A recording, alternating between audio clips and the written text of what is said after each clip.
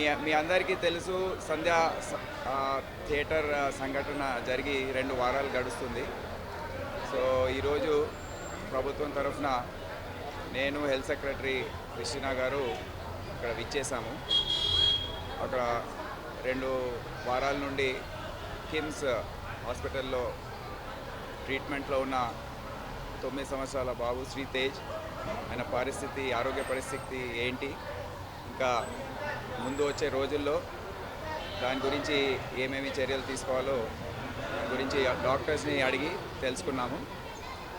So దాని bulletin exact condition ఏంటో doctors తర్వాత బులెటిన్ లాగా ఇస్తారు.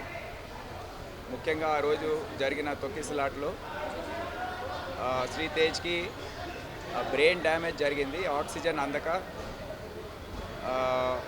హైపాక్సియా బ్రెయిన్ డ్యామేజ్ అంటారు, అది జరిగింది.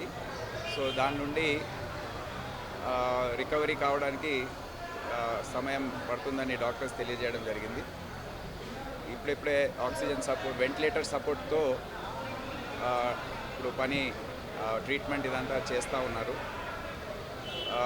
ఈ ట్రీట్మెంట్ కొద్దిగా సుదీర్ఘంగా సాగే అవకాశం ఉంది.